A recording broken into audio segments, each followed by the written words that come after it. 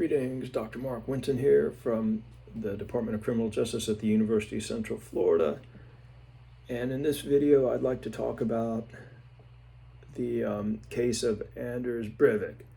And a lot of this will come from the article, and I'll put the reference in the comments section. Malloy, Habermeyer, and Goldeman published in 2015, The Warning Behaviors of Anders Breivik. And this is in the Journal of Threat Assessment and Management, Volume 2, pages 164 to 175. Many of us remember that on July 22nd, 2011, Anders Breivik killed 77 people in 2 separate attacks in Norway. And this information I'm using now is coming from Malloy, Habermeyer, and Goldeman, because they're going to set up a risk assessment protocol and demonstrate how it's used. And this is very applicable to other cases as well. So Breivik bombed a government building in Oslo, and then he went on a shooting spree on the island of Utøya. And one of the questions, of course, that's often asked is, did he have any particular mental disorders? And if so, did any of the mental disorders relate to the crime? One thing, of course, that's very important to recognize is that having a mental disorder is a small risk factor. And so, the vast majority of people with mental disorders are nonviolent. So I don't want that, many of the cases that we present, we find that there are mental disorders perhaps present, in some cases not, but I don't want to overinflate, the mental disorders as a causative factor, because it's one of the things we'll see may be a risk factor, but usually relatively small risk factor compared to the other risk factors that we're going to discuss that are very much behavioral and cognitive. So the authors ask, how useful is a diagnosis for threat assessment? And for what type of violence? And so they go over that and then begin to look at the lone actor, and especially when they're ideologically motivated to commit terrorism. They say what's very important is that the person is on a pathway to violence. And they also point out that mental illness is more relevant for threat management than assessment. When we get into the 8 warning behaviors, what we'll see is mental illness is not in those 8 warning behaviors that they discuss. And we'll talk about that. There's a lot of articles that have been written that apply these warning behaviors, and so they're very important. And you can combine this with other theories as well to have a more comprehensive approach. But basically, they look at pathway, fixation, identification, novel aggression, energy burst, leakage, last resort, and direct threat. They point out that accelerating patterns are dynamic and proximal to the event, and also that in the case of Breivik, which we'll talk about now, that he had 6 of the 8. The exceptions were novel aggression and directly communicating a threat to the target, but he had 6 of the 8. So let's take a look at these individually. Let's take a look first at pathway warning behavior. So here the focus is on planning, preparing, and implementing. Thinking about the violent activities.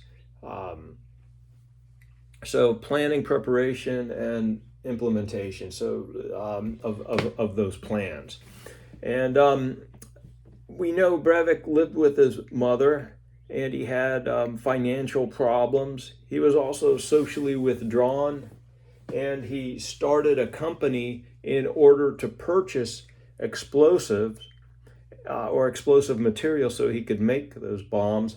And he collected nationalist emails, so he became integrated in online hate groups, perhaps. He also buried body armor that he would later use, and he joined a pistol club. So those are pathway warning behaviors. And additional ones, he was issued a rifle permit. He purchased chemicals. He used steroids and stimulants to increase his stamina and strength. He listened to particular music that fit his ideology. He made a movie trailer. And as I mentioned, I think earlier, he purchased fertilizer, which he said was going to be used for agricultural use, and he mapped out GPS routes. He also set up a time schedule, had a manifesto. He obtained and wore military and police clothing, and he also got blue lights for his van, so he would appear to be and dressing up like a police officer in that regard. So those are all the pathway warning behaviors, quite a few there. The fixation warning behavior focuses on a pathological preoccupation with a person or the cause. So that's that pathological preoccupation of fixation. And he opposed multiculturalism in Europe, and his behavior became related to that cause. He became very much fixated, preoccupied, narrowly focused on changes that were going on in Europe. Identifying warning behaviors, here the focus is related to being a pseudo-commando or having that warrior mentality. He identified with weapons and law enforcement, being a secret agent. He took pictures of himself in military uniforms that he purchased, in his wetsuit, like he was some special forces person. He also identified with groups that held his ideology, and he referred to himself as Commander Breivik. He and was very much involved with playing the World of Warcraft, and he identified with McVeigh and others who engaged in terroristic behaviors. He studied their methodologies. The novel aggression warning behavior focuses on the first act of violence to test it out. And this was really not present in this case. He did engage in virtual violence, and that can help in training, and we're going to see that become more sophisticated with virtual reality and artificial intelligence, but that was one that they didn't really see was present. Energy burst warning behavior, that's a focus on an increase in activities relevant to the event or target. And so we see that he increased his activities 2 years prior to the attacks. Also, more social isolation, increased pressure and fatigue regarding his preparation and planning. Leakage warning behavior focuses on communication to a third party of intent to commit violence. And he had postings prior to the attack, a manifesto and a marketing video, that he had this and used Twitter and Facebook. Leakage warning behavior is something that we see with school shootings and mass shootings and other mass violent cases. We see that there are leakage warning behaviors that many times people are aware that something's going on, or that there may be an attack, or someone's talking about it, and so that's why it's real important to have very user-friendly ways to report that to authorities so they can investigate it before homicides and mass casualties occur. The last resort, warning behavior focuses on distress and seeing no alternatives, but to attack. And this is what Breivik claimed during his trial, that he claimed he acted in self-defense, fighting for his country against multiculturalism. And then the directly communicated threat warning behavior is where there is a focus on direct communication to officials or the target of the attack, and this was not present in this particular case. So to conclude, the authors state that psychiatric diagnosis is not central in threat assessment, and the focus on threat management should be on symptoms and motivation to act out the violent terroristic behavior. They also point out that these warning behaviors are dynamic, they're changing, they can change. And in the case of Breivik, 6 of the 8 warning behaviors were present in the case. A book that I read by Turrentini, The Mystery of the Lone Wolf Killer, was helpful in giving me some ideas about what was going on here.